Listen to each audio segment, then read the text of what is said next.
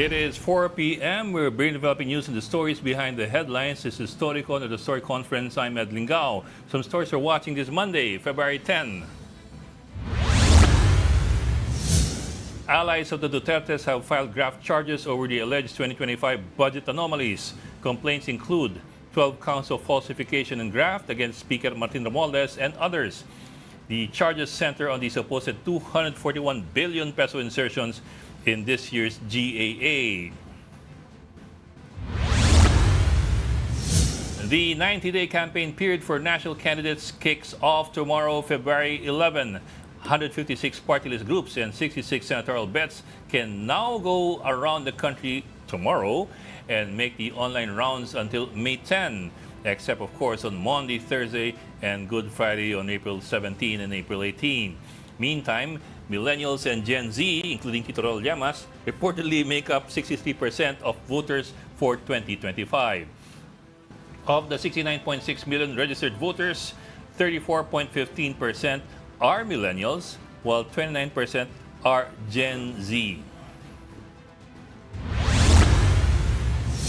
President Marcos appoints Maria Norina Tangaro Casingal as new COMELEC Commissioner. Tangaro Casingal has been with COMELEC since 1998 and led the Law Department since 2016. Another new commissioner is COMELEC Region 1 Director Attorney Noli Pipo. ACT-CIS party list Congressman Erwin Tulfo tops the senatorial preferences in the latest Pulse Asia survey. He leads the poll with 62.8%. Trailing Tulfo are Senator Bongo and former Senate President Tito Soto. And joining us today is Storycon's resident millennial, Storycon's resident political pundit Pundit Ronald Llamas. Baka millennium. Millennium talaga, di ba? Oh, centennial daw. And from the Philippine Star, ito, mas bata-bata ng konti ito. Ang editor-in-chief ng Star, si Amy Pamintuan. Hi, happy Monday! Happy Monday. Ganda naman lang. Iba yung dating ni Amy. Ganda naman ang kulay ni Amy. Bagong hair do rin. Lumalabas dyan ha, iba-iba lumalabas dito sa monitor eh. Dapat to red, orange eh. Oh, Ganun nga. Medyo reddish orange naman. Oh. Mukhang bagong gupit ka, Amy ah. Bagong gupit ah. Oo nga, pinalagyan ko ng korte para madali-dali suklayin. Pinalagyan ng korte. Binoblower. Parang blower, suklay lang. Magsisimula lang ang kampanya bukas eh. Nagbago ka lang ng hairdo. Oo. Oo nga eh, para ano, mas presko, mainit sa labas. Parang bigla ka nag-change image. Oh. Di ba? Eh kasi kami hindi namin nakokorte na maigi yung aming ulo. Tito Ronald. Oh yeah, malamig yan, malamig. At least kayo may sibuk niyo. Oy, nawala si Amy tuloy. Binati lang yung wala yung video. Binati lang yung buhok ni Amy, biglang nawala tuloy. Yung video wala. Ako walang buhok. Si Ed, maiksi ang buhok. Ako walang buhok. That is not taken against you naman. Pero naman, Tawag doon, purgada. Di ba ang sabi nila, yung walang buhok, it's a sign of Wisdom. Age. Teka. Nagkakasakitan tayo. Bukas pa yung kampanya, hindi pa ngayon. So, huwag muna tayo magkasakitan. Are you excited about tomorrow? Hindi ba nakikita sa mukha ko yung excitement? Hindi eh. Parang wala namang magbabago sa politics. Umasa ka pa. Kahit magka-election, wala namang magbago eh. Medyo interesting yung press call ni Juan kanina, ni Senate President Chis Escudero. Napanood mo ba, Ami? Nakuha ko lang, hinihintay ko pa yung detalye. Mukhang lalong tatagal yung trial, Yung umpisa ng trial. Mga tatlong... Kinukuha ko pa yung details, hindi ko napanood eh. Ministerial... After na daw ng SONA, yung trial. Ministerial lang daw sila eh. Ministerial. Mga apat na beses ko narinig yung ministerial. But, the convening of the impeachment court is ministerial, but the act of the trial itself is far from ministerial. Ang issue naman, hindi naman debate na ngayon kung yung trial ay matatapos sa 20th Congress eh. Mas ang issue ay kailan sisimulan. Mukhang yun ang debate dahil nakalagay sa ating konstitusyon, forthwith. Forthwith. Oo. Hinanap ko sa lahat ng dictionary. Ibig sabihin, immediately. Immediate and without delay. Without delay. So, kaso parang nakabakasyon na sila. So, medyo madedelay dahil sa mga bakasyon. Baka yung mga plane ticket, hindi na pwedeng i-refund. Yung mga hotel, hindi na kinaka-refund, no? Yung mga Kasi restaurant. Forthwith, hindi fourth quarter. Hindi. Forthwith, no? Kaya, Fourth quarter. tapos Third quarter na yung third quarter. tapos yung sinabi ni Senator Cheese last week, na pwede lang magpatawag ang presidente ng special session pag daw usapin ng mga bills, no? Legislation. Walang nakalagay na gano'n sa konstitusyon. Yeah, it does not say in the Constitution. Binalikan ko ulit. 3 beses kong binasa eh. Wala namang nakalagay eh. Pero Ronald, yun din ang sinabi ni, ni Justice Antonio Carpio na for legislation. Pero sabi niya, kung ang remedyo, magtatakel ng isang legislative issue, saka isasabay doon yung impeachment. Hindi, ang sabi ni... Special session for legislation. Pero pwedeng isabay na impeachment kapag naka-special session for legislation. Hindi ko alam kung tama yan. Mas ang issue ni Justice Pero yun Carpio... ang sabi niya. Kasi sabi niya, talaga nga daw hindi pwede kung for legislation yung special session. Ay, kung hindi for legislation. Hindi, Ami, pinakinggan ko yung sinabi niya. Medyo hindi ganun yung sinabi niya. Ang sabi lang niya ay maapektuhan yung packaging ni Presidente na wala siyang kinalaman sa impeachment. Kaya para masustain yung ganung klaseng packaging niya, ay magpatawag siya ng special session para sa bills, sa priority bills, o halimbawa supplemental budget, para dun sa controversial na budget. Tapos, tsaka niya isabay. That's also caucus formula.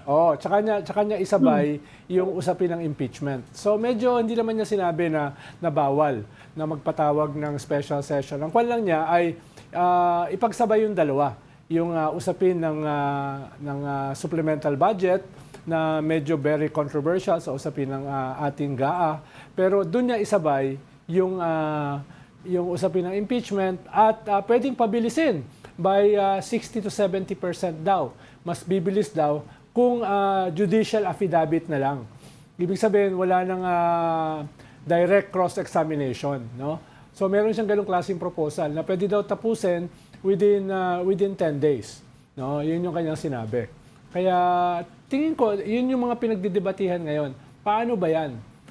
Pwede bang simulan na? Pwede na magtawag? Dahil, ayun nga, nagsalita rin yung mga tiga IBP. Sabi nila, wala naman talaga nakalagay sa konstitusyon na kinakailangan lang magpatawag sa usapin ng legislation tsaka ng mga bills.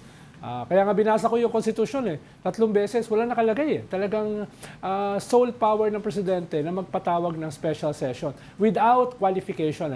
Walang nakalagay na dahilan. Bok, let me read to you... Pero sinabi na nga kasi sinabi ni President Marcos, magpapatawag siya if requested, di ba? Paikot-ikot tayo, if requested by the Senate. Oo nga. But the Kaya pertinent sabi provision naman is ng this mga nung iba, well, it's completely up to the Senate President if he wants a special session. Pero yun ang hindi ko malinawan ngayon. Hinihintay ko yung detalye, baka may detalye ka na, Ed. Kung ganyan nga daw na judicial remedy, kung magpapalitan lang ng affidavit yan counter affidavit, Yes. and then another affidavit, another counter affidavit. Kung susundin yung hindi calendar days, kung yung working days, aabutin nga daw, hindi ko alam kung tama yung explanation na yun. Kaya nga daw baka malayo, maging after na ng SONA, yung umpisa ng trial. Hindi ko alam kung may ganun ng impeachment Meron bang ganun parang preliminary investigation kung ganyan dadaanan, ewan ko Wala naman Kasi first in the time, past nangyari kung sakali. Wala akong Yung nakita ganyang in the klaseng past na ganun impeachment. nangyari. Basta alam ko nung sa KERAP, upon filing ay 24 days, nag-constitute na yung trial. Nagsimula kagad, na. oo. No? Trial. Yun yung KERAP. Dun kay Corona, 34 days, pagka-transmit, nagsimula na yung trial. Malamang, before nung official trial, may mga preliminary, pag-aayos ng mga rules, etc. etc. Yun lang rules. Pagpapatahi ng robes. Yes. Pero yung trial nagsimula practically. Forthwith. Forthwith. Forthwith. Oo. This is the pertinent provision, Article 6, Section 15.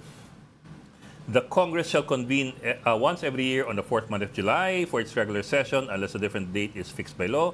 and shall continue to be in session for such number of days as it may determine until 30 days before the opening of the next regular session, exclusive of Saturdays, Sundays, and legal holidays. Period. The President may call a special session at any time. Period. That's as far as it goes. Walang qualification. Walang qualifiers ang Section 15 eh.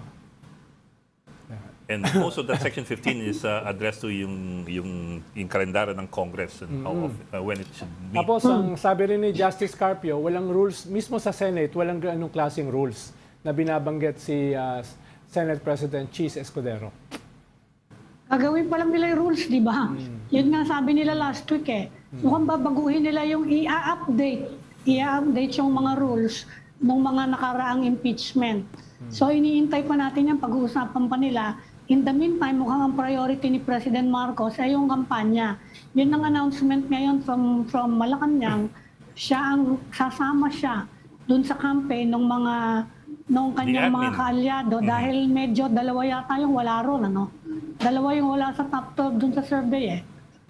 Kaya siya mismo sasama sa kampanya. Mukhang tatlo. Tatlo yung wala. Si Camille, si Abalos, tsaka si Francis. Oo nga pala, tatlo. The out dun sa Magic 12. I Magic understand 15 actually, di ba? 12 to 15 yung ano eh. Yeah. The kickoff tomorrow of the admin is going to be in Ilocos. Yes. Of course, the home province of the president. Yung grupo ba ni Duterte, where are they kicking off from? Hindi ko alam. Ang alam ko yung sila Kiko sa Mindanao Cavite. dapat sila. Tsaka sakali. That's their bastion. Sila Kiko sa Cavite. Kiko at saka si Bam. Sila Kiko saan? Cavite. With Lenny Robredo. Cavite. Ano siya, striking distance si Bam saka si Kiko Pangilinan. Konting ano lang, ano? Konting dagdag na high profile, ano? Ito sa Pulse. Sa Pulse. Okay, I'm looking at sa Pulse Asia, siya, si Bam, sa Pangilinan ng Bam. Si Amy, medyo tumaas na, no? Medyo tumaas na ulit si Ate Amy. Gumita si Amy, tsaka si Bato also went up by 2 slots. Yes, nag-improve sila. So, I wonder... So, hindi pa natin alam kung ano yung mga factors dyan, kung bakit nagkaganon. Kasi yung iba, predictable naman yung iba eh. Tsaka magkakaiba kasi yung mga surveys eh. No? Iba yung sa SWS, iba yung sa Okta, iba yung ito sa Pulse. No? This was conducted January 18 until the 25th. During that time, wala pa impeachment. Diba? February impeachment eh. What else happened during that time that could have affected these numbers? Na tumaas si Amy tsaka si Bato. The budget? Tanong natin mamaya. Amy was against the budget. Yeah. Publicly, ha? Yun yung mga public statement niya against sa budget. Si Bato, of course, opposition is against. Sino mga bumaba? Sino Ito mga yung bumaba? detalye niyang protesta dyan sa yung complaint sa Ang against mga sila bumaba, Martin. si Ben Tulfo bumaba bahagya, si Pia Quetano bumaba bahagya, si sino ba? Si Abby Binay bumaba. Si Rebilla tumaas. I'm sorry, I'm looking at September versus January. Pacman bumaba rin. Yeah, parang number 12 yata. Number 12 si Pacman. No? Number 12. Pero siya yung wala ka pa nakikitang billboard, advertisement, wala siya kahit ano pa ako nakikita eh. Kay Pacman. All the rest, marami ng billboards at advertisement. Si Bongo, tsaka si Tulfo. Dami. Tingnan natin kasi pangako ng COMELEC, they are going to crack down on yung mga advertisements na yan in public places lang naman. Tingnan natin kung ano mangyari bukas. Yeah. That's a reminder. Tomorrow nga is first day of campaign for the nationals, including party list. So by tomorrow, dapat legal ang pagkakapaskel ng mga pagmumukha ng mga yan. Meaning... Sa public places. Public places and the appropriate sizes. Saka dyan na magsisimula yung bilang in terms of election spending. No? Bayaran, yung bayad ng ad. Paano i-monitor yung social media sa bayaran? Parating problema yun eh. Parating problema yun. Actually, Bok, hindi ang ang mas malaking tanong, paano na monitor kung sakali yung mga guesting? Hindi, kanya kasama ba yan sa regulation? Hindi. Yung mga guesting, ang kasama sa yung calculation. Free media? Kasama ba yung free media? Ang kasama sa calculation usually is ad spend. Yung outright Yes. campaign Exactly, ads. exactly. Pero yung pag biglang nag-guest sa kung saan sa yung mga programa, free media, hindi kasama yun, alam ko eh. hindi talaga free. Something to ask. May bago ngayon, di ba? Nakakita na naman ng panibagong loophole itong mga kandidato natin eh. Dahil nga dun sa Supreme Court ruling on political campaign materials on private property, Oh yeah, the pwede Bacolod, kang the Bacolod magbayad case. ngayon dun sa may-ari ng bahay. Mamamonitor ba yun? Medyo mahirap yun, di ba? Sabihin lang ng may-ari ng bahay, kandidato ko yun eh. Di ba? That's true, especially if it's not the actual campaign material of the candidate. Yes. Tsaka walang resibo yon. So hindi siya kaya nga. makakapasok dun sa campaign sabi ko naman, spending. hindi ako bayad eh. Baka kung 10-story building ng private owner, private siya, talaga sinusuportahan niya yung kandidato. Yung buong pader ng building niya, lalagyan niya ng ganong kalaki. Hindi yan mahuhuli, di ba? Oo. Yan ang problema dyan sa anong yan. That's from the case ng Team Patay, Team Buhay sa Bacolod Cathedral. Yes. Kung ganun kalaki, hindi ba? Halimbawa, yung building ng Signal TV, kapag yan nilagyan ng isang buong pagkalaki-laki, isang mukha lang. Oo. Mukha ni Ronald Llamas. Hindi po, private yan eh. Private yan eh. Di ba? Nakita nga kami ni Chabit nung Sabado sa isang birthday party. Sabi ko kay Chabit, Gob! Sabi ko, kahit saan ako pumunta, meron kayong billboard. Ba't kayo umatras? ang lalaki nga Bakit eh. kayo umatras? Sabi niya, na-pneumonia kasi ako eh. Nung gumaling ako, naisip ko, ano bang ginagawa ko rito? Sabi niya. Kailan yung naisip yun? Oo. Sabi niya, baka mapaano daw siya sa kampanya. Sabi ko masama Sana marami magkagaroon ng ganyan epiphany, ano? Epiphany, di ba? Sana marami pa magkaroon, ano? Makaramdam ng mortality. Makaramdam ng mortality, di ba? Oo, hindi ba? Epiphany naman, ikaw naman. Pagkaroon lang ng ganong epiphany na, ano ba ginagawa ko rito? si Chavit, of course, was made famous by his money gun. Was that the 2019 elections? Yung meron siyang malapistol na nagbubuga ng 500 piso, 1,000 ba yun? Yung ganun. Ngayon, masikat siya doon sa fried chicken niya. Hindi ko nababanggitin yung yung brand. Baka fried sabihin, chicken? nag-advertise dito sa atin. Ano yung fried chicken na yan? Mas naalala ko siya Masarap nung yung pala. fried chicken niya. Mas naalala ko siya nung sumasayaw sa harapan niya si ex-human rights lawyer Harry Roque. Hindi ko na natatandaan yun, ha? Hindi mo natandaan yun? Sumasayaw, nakagano talaga Hindi siya. na. Nakatulala siya. Hindi, natatandaan ko na. Hindi ko alam na siya yung Na-impress kasama. mo siya? Na-impress mo siya? Natatandaan ko na sumasayaw nga, pero hindi ko natatandaan na siya yung katabi. Ay, doon. Siya, nakatingin siyang gano'n, no? Tapos parang nabasa yata yung... Yung ano? Wala. Bigla ka natigil. Okay, Hindi let's ko not alam continue yun. that thought. Baka matrobo tayo hindi oras. Hindi ko maging problema natin. NTRC. Kaya hindi ko makalimutan dahil medyo may nabasa. Parang Pangako umulan. ng pangako ng Comelec, ha? I-text lang daw sa kanila yung mga reklamo. Tandaan nyo, yung national, mga kandidato for Senate and party list. Yan, pag nakita nyo na mali yung pagkakapaskel, yung mga pader ng MRT, LRT, yan, bawal yun. Ba't Mga pwede ba pader silang, ng DPWH, bawal yun. Pwede ba pader silang ng kwan? public school, ayan, bawal yun. pwede ba sila ma-disqualify dahil doon? Pwede daw, di ba? Sabi niya, depende sa gravity ng Depende sa gravity ng violation, pwede kang ma-disqualify, ultimate. May president may mga na-disqualify na mga local candidates. Meron na nga mga na-disqualify Ibig sabihin, actually. everybody can be wag disqualified. tayo mawalan huwag tayo ma-discourage na baka walang gagawin ng Comelec. Meron na silang 2 bago ngayong commissioner, Full na yung entire bench na, upo na. Ayan, yung mga ganyan, Yung poste ng Meralco, di ba dapat magbayad? Ayan, pader ng, I'm sure that's a public, public pader yan, fence na yan. Hindi ba? Yan, Actually, babawal na yan, baka- mga national. Baka we need to get clarification from Comelec as far as yung private property is concerned. Kasi, of course, most building, or almost all buildings are private property. Does that mean nga na pwede ka magpa-skill and walang bilangan yun? Hindi, tinanong ko na yung kay George Garcia. Absolutely walang bilangan yun? Yun nga nireklamo niya Sabi niya, yan nga problema namin ngayon, hindi namin ma-regulate yan. So, what's to Sabi stop ko, itong mga... tinanong ko rin siya, paano niyong malalaman kung binayaran lang yung bahay? Isa pa yan, sabi niya, hindi namin malalaman. So what's to stop itong mga higanting electronic billboards sa tabi ng building from being used for advertising?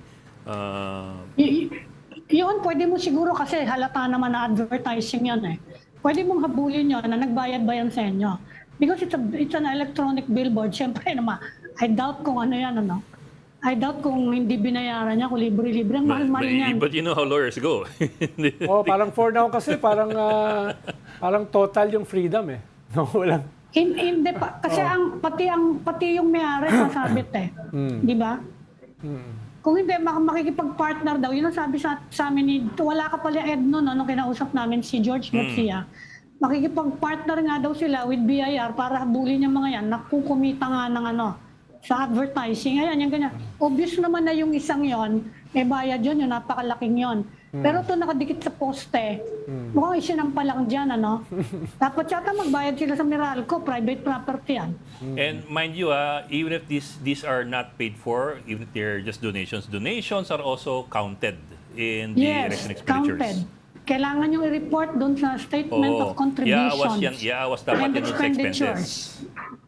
Yung But donation, of course, private nobody really does that. donation That's the problem. has to be declared. Pero ba magbibilang niyan? Nobody really does that. Yung nga eh. That's the problem eh.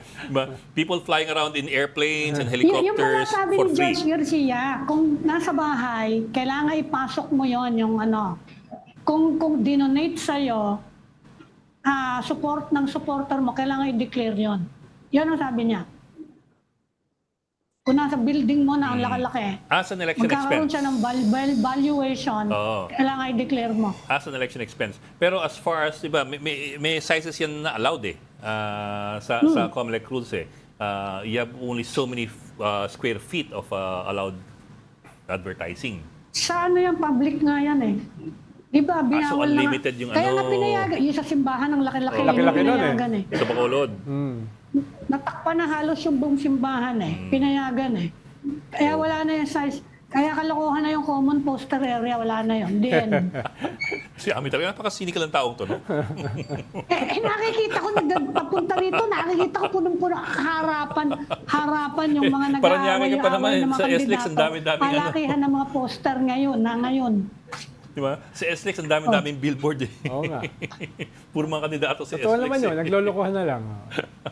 Kaya nga, wala na. Anarchy in campaigning. Anyway, something to ask COMELEC Chairman George Garcia as soon as we get him back on in the show. Paano yung patakaran yan. But we need to take a break just now, so please stay with us. This is the Story Conference Group or the Storycon Group.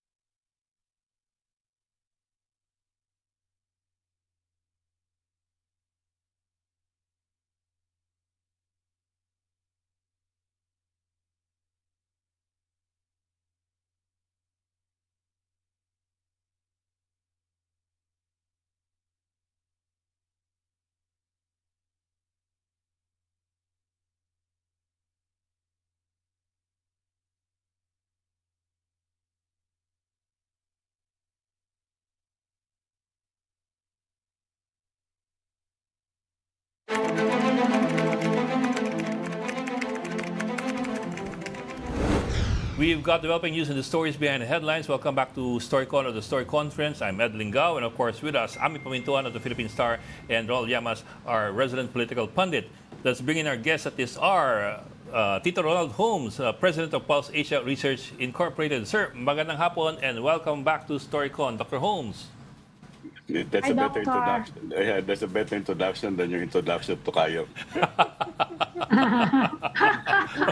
Sir, may komento yung producer namin na bumabata daw kayo. Ako yan, Ganyan talaga pag hindi mo pinapansin nangyayari sa ating bansa. saka ganyan talaga pag malayo ka sa bansa. Okay. Meron kang insulation from all the trauma. Sir, of course, sir, we brought you in because we want to talk about the latest survey of Pulse Asia. Looking at the numbers and comparing them to previous surveys, parang tumaas yung mga pro-Duterte group. You're looking at Bongo, Bato de la Rosa, and Amy Marcos. I'm wondering lang, well, number one, did I get it right? And number two, do you see any reason for the increases in their Yung kay ratings? maybe yung kay Bongo, the rank increased but the preference did not. That's one thing that we can say. No? Bumaba actually yung propulsion ng tao na bumoboto sa kanya. Pero dahil bumaba rin si Tito Soto, umakyat yung rank niya. No? He's now tied from second to third. So Tito Soto, former Senate President, had a decline, I think, of about 9 points. Bongo had declined by about more than 4 points. Ang umakyat dito sa survey in terms of rank would be Amy Marcos, no? Because the increase is almost 6 points. And then Bato de la Rosa also increased by 4 points and the rank also increased. So aside from these people, there are not that many significant changes. Basically, they retain their electoral preference. It's just that when some people decline in terms of electoral preference, the ranking changes. Meron bang indication na nakatulong sa kanila itong controversy tungkol sa budget? Dahil ito si Amy at saka si Bato, ay sila yung mga prominent na bumabanat dito sa controversy tungkol sa GAA, no, nung panahon na yan. Well, we put them in that. If we recognize that context, definitely it would have an impact in terms of electoral preference. But whether it's something that they benefited from directly, unfortunately, we don't have a question on that in the survey, so that I cannot correlate it nor cross-tabulate. There are other things that you can say about, let's say, some of the candidates. In the PCIJ report, Amy Marcos was the one that had, almost $1 billion Almost peso $1 billion in ad expenditure. values. So that means if she increased by 6 points, just divide that billion by 6 points. That's how much each point costs. No, but that's just one. So there are many things. But the ones in contention are essentially the ones that we saw before. The only difference now is that you have Camille Villar in contention for the top 12 position. Pero Doc, you're talking about the expenditure. Si Camille Villar, ganun din eh. Billion din yung... Billion din, sir. She and Amy are the top spenders eh. Bakit ganun? Hindi pa rin makapasok dun sa ano? Dun sa Nakapasok na siya, top 12. Ami. Nakapasok na siya. Tied na siya for the top, I think, 10 to 14 position, if I'm not mistaken. So, nakapasok siya, pero hindi ganun kalaki ang itinaas niya. 2 puntos lang. So, Considering the amount, ha? Yun nga, Considering the amount. Many of the candidates in the past would always say, when we brief them, it's just, how much did you spend, and if the expenditure, how much did you gain? So if you increase by 2 points and you spend $1 billion, that means each point is half a billion pesos. So it's not a significant jump. So it's not really the frequency of the ads. It's really whether the messages that they have in the ads are connecting. And there's no significant increase, no, in her case. How about the two Nakikita niyo, may nakikita ba kayong common denominator for this, the persons who consistently get into the top 12? May nakikita ba kayo? Di ba meron kayong ganong klaseng question? Kuminsan, ano yung possible factors for their good showing in the surveys? Sa ngayon, ano yung nakikita niyo? Well, lumalabas basically in our question with regard to what are the things that eventually affect voting decision. It is basically their prior record as elected officials. And by that, I mean, I don't think that the public really looks at the record. It's just simply that they are elected officials, and for that matter, a number of them are nationally prominent. You see the awareness figures there, no? Anyone with universal awareness is essentially getting that much support, with the exception of one, the favorite of my tokayo, no? I think si Pastor Apollo Kibolemo. Taas awareness, Oo nga, di mababa 90% ng preference. awareness eh. But that's one thing, no? You get to be popular, and that popularity, being known, is something that you can associate with preference. So that's one. The other thing is that if we examine the number of preferences, what we see in the survey is that half of Filipinos basically have 12 names that they've selected. And when I was looking at the data, it appears that those who are in contention are normally put among those 12. No? They're not top-of-mind choices, but they're constantly indicated by those who have selected 12 names. So mas distributed yung support sa kanila across the board compared to those who are not making it to the top 12. How about yung dalawang pink candidates, Professor? Si Kiko at saka si Bam. Are they improving? Are they going down, going up? Dahil parang nandun sila sa nasa bingit. Parang indicatively lang, parang mas maganda yung position nila ngayon kaysa ng mga previous surveys. Medyo bumaba si Kiko ng 4 points to kayo. okay. No? Si Bam hindi naman masyadong gumalaw. Basically, nandun pa sila sa baba ng people who are in contention. I don't know what the factors are. No, they're not one of the big spenders. The only advertisements I've seen of the two are tandem advertisements. No, ibig sabihin silang dalawa. So baka kinakailangan ay mag-separate way sila, and then they get to communicate their message better. And maybe the messages that they're communicating are messages that are either kamit na, di ba? The people are used to it. Maybe they should embrace some other message beyond what they're communicating right now. Sir, the survey was done from January 18 until January 25. So this was prior to the impeachment by Congress and prior to the more active positioning of senatorial candidates and senators doon sa impeachment potential impeachment trial. So, ano yun, sir? Wala pa rito masyado yung impeachment issue dito sa numbers na to. Wala pa, kasi hindi gumalaw di ba, nung Desyembre, so hindi masyadong nababalita. Definitely that would be factored in. You can factor that in the survey that we're conducting because we're doing monthly surveys right now. No. So that one will find out what the results are, no? Because right now, as you see, basically there are 10 in the alliance of the administration that are in. There are 2 people who are definitely with PDP Laban. And then you also have Willie Rebillame, no? In that area. And his preference did not change also across the 2 surveys that we conducted from November to December. Pero sir, you're counting November 2 now. Yes, sir. Pero sir, you're counting Amy as well dun sa admin slate. Tama ba? Kasi yung dalawa, I suppose, you're referring to Bato and to Bongo. Mali ba ako doon? Di ba siya? Independent of siya. Professor, what about yung mga I asked you this kanina off-cam, yung mga progressive, saka yung mga labor groups, kasi high profile din naman sila. They're always on radio, on TV, multimedia din sila eh. They have a high social media presence as well. Bakit ganon? Medyo actually nasa ilalim, ano? May explanation ba kayo doon? May mababang awareness sila, no? At least for the senatorial, what you see, for example, is that, let's say, Franz Castro has an 18% awareness, Teddy Casino, 28%. So that means that they might be in radio, but if you look at, for example, nationally, when we have survey items on the primary sources or sources of information, nangunguna pa rin television, pumapangalawa internet. Sa Visayas sa Mindanao, malaki ang papel ng radyo. Halos 4 sa 10 ay nakikinig sa radyo sa Visayas at Mindanao. Pero television pa rin ang nangunguna. Halos lahat ay kumukuha ng impormasyon sa television. 8 sa 10 ay may access sa internet. At pati mo sila kung ilan sa kanila nanonood, nakikinig, nagbabasa ng balita sa internet, lahat sila, no? Lahat ng 8 out of 10 Filipinos are on the internet. So, and then the internet is a tricky thing, no? May algorithm yan, Ami, di ba? So, kung sino sinusundan mo, yun ang pinipid sa'yo. Pag may sponsored feed, normally hindi mo pinapansin yun. So that's the thing there.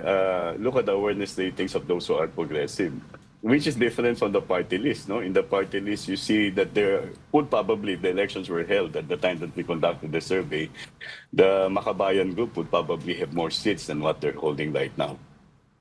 Yes. Sir, when you say awareness, sir, I suppose you don't mean popularity, no? I mean, how did you find awareness? Kasi you might be aware of somebody, pero he might not be popular or he might not be getting your vote. Kasi for example, si Kibuloy, 90% ng kanyang awareness si Kibuloy, pero 3% ata yung preference sa kanya, which is radically different from his awareness levels. Ibig sabihin, yung awareness sa kanya, negative. Negative. Simple lang yung tanong sa awareness, hindi namin pinoprobe na. No? May narinig, nabasa, o napanood na ba kayo tungkol sa doon particular pangalan. So it's basically awareness would be whether they heard, read, or watched something. Yung lalim ng pagkakaalam nila, hindi na pinoprobe yan. There are some candidates in the past who would have rider questions, but with respect to all of the candidates here, that's the only question that we have across all of the candidates. Prof, sa dekada na karanasan nyo sa surveys, ay meron bang level na halimbawa top 3, top 4 na sigurado na sila na kahit anong mangyari in the next 3 months ng kampanya ay sigurado na silang mananalo? Meron bang ganyang cut-off? Or anything goes? Halimbawa, meron kang Osmeña na dati ay top 2, top 1, pero eventually ay natalo. Meron kang Coco Pimentel na 2019, number 4, tapos eventually naging number 11. May ganun ba na parang... May guarantee ka ba? Oo, may guarantee ka ba na pag ikaw ay nasa top 3, top 4 ay sigurado ka na? Oo, medyo hindi naman guaranteed, no? Unless may pagkakamali na may scandal. Maaaring bumaba ka sa ranking, maaaring nandun sa dulo. Mayroong iba na nasa top 6, no? Sa mga naunang survey, bigla nawala, no? Hindi na naalaw sa eleksyon. So, in a sense, it's really how much they would be able to maintain the preference that they have right now. Because, as I said, we're seeing changes. No? If you have Tito Soto, for example, declining by 9 points, or Ben Tulfo declining by almost 7 points, that's an area of concern for that particular candidate. And we don't know whether the other candidates would increase in terms of preference, because the differences among the candidates would be quite small, no? Except, and then the other thing I should note is that right now, Erwin Tulfo has 62%. But that's quite a high number if you look at the actual election results of the one who makes it to that number 1 position. So masyadong mataas yan, no? Para ma-maintain na. Kaya siguro whether he can maintain it will really depend on, and the campaign starts tomorrow, no? So it will depend really on what he does during the campaign or what he does not do, whether he participates in the debate. If he does not, whether that will benefit him or not. And how much more material he would dish out to the public in order to sustain the support. Prof, for now ba... Professor, nire-revive ng COMELEC. I understand, matagal nang nag-ruling ang Supreme Court dito, no, on the surveys. Pero nire-revive ng COMELEC yung proposal to regulate, to impose some form of regulation on surveys for elections, pre-election surveys. What do you think of that? Kasi inuulit niya yung argument na mind conditioning daw, especially dito sa ganitong mga environment natin na medyo kulang yung yung capacity ng mga tao for informed choices for a lot of reasons. Anong tingin niyo dun sa argument na yun? Well, the Supreme Court may have stood on that one. No? It is right to information. We will simply respond to the COMELEC in due time if they do have a resolution. I remember the COMELEC raised that point during the incumbency of former Chairperson Brillantes, essentially saying that we should declare who the subscribers are, because the subscribers, some of them might be candidates, and the expenditures in a subscription to survey should form part of their Yes. statement of campaign expenditures. That's okay. We will comply with that one. But whether the survey should be stopped, or whether there should be a regulation in terms of the dissemination of surveys, that's quite dangerous because, again, it deals with the fundamental right to information. Just imagine namin, no? Pag pinatigil mo, for example, we've been doing surveys for 25 years. And you see other surveys that show different results, starkly different results. Yan And you na. have other candidates who pronounce that they're leading. So do you shut the mouths of the other candidates who say that they're leading in their own surveys? So you might as far, ang well- sinasabi lang naman ni Chairman, yun na nga, yung nabanggit niyo na, yung mga regulation na iniisip nila to compel survey firms to disclose kung commissioned siya, who commissioned it. Ganun pa lang naman yung sinasabi nila na, Yeah. as far as you're concerned, that's, well, Pulse Asia does it naman, di ba? Yun naman talaga Yeah. yung ginagawa niya. It's commissioned, who commissioned it. Saka yung Yeah. methodology daw. Gusto nilang Yeah. malaman ng konti yung detalye kung paano yung methodology. Yeah, and the methodology is found on our website, no? Although Yes. the last survey, the methodology is the same. The technical details are the same as the surveys that we've conducted over the past 25 years. So, we're an open book. We do not in any way. We will not deny the Comelec any of that information, but definitely we would object to the banning of the dissemination of information. Because, you cannot blame us for, as you said, the lack of informed choices. There are many things that go on in the election, and I think what we have is really a deeper problem beyond, let's say, just simply the solution of prohibiting or regulating the release of survey results. Prof, may mga PR strategies na nagsasabi, ito yung magiging first election na dominant daw ang social media. Meron ba kayong indications na ganyan sa inyong mga recent surveys para to belie yung fact na yon na magiging dominant ang social media rito? Or is it still to be proven? No?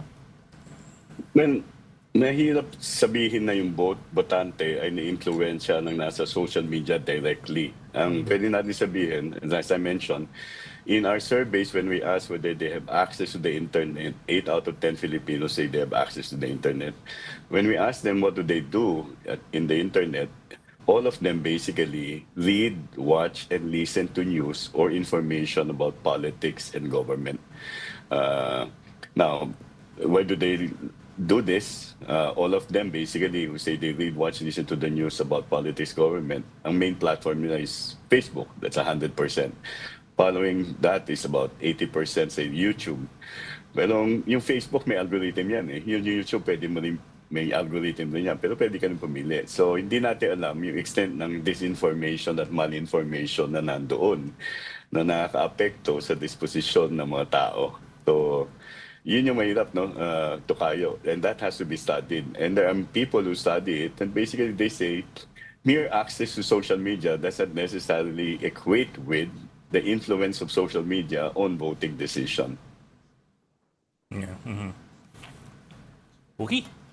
Maraming salamat for joining us this afternoon. Dr. Ronald Llamas, ang Pangulo po ng Pulse Asia. Sir, always a pleasure to have you on board. Maraming salamat. Thank you, Salamat, Prof. Doctor. Okay, bye-bye. And thank you for joining the Storycon today. Amy Pamintuan, editor ng Philippine Star, and Tito Ronald Llamas, our resident political pundit. Join us again tomorrow, campaign day.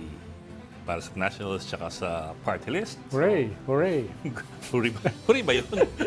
So, good luck sa atin lahat. Okay. Pero at least simulan ng kampanya. Hindi na yung nagdadayaan sila. Okay. Join us again tomorrow at 4 p.m. for the Storycon. I'm Ed Lingao. We are one news, all sides, all the time. This is the Story Conference Group or the Storycon Group.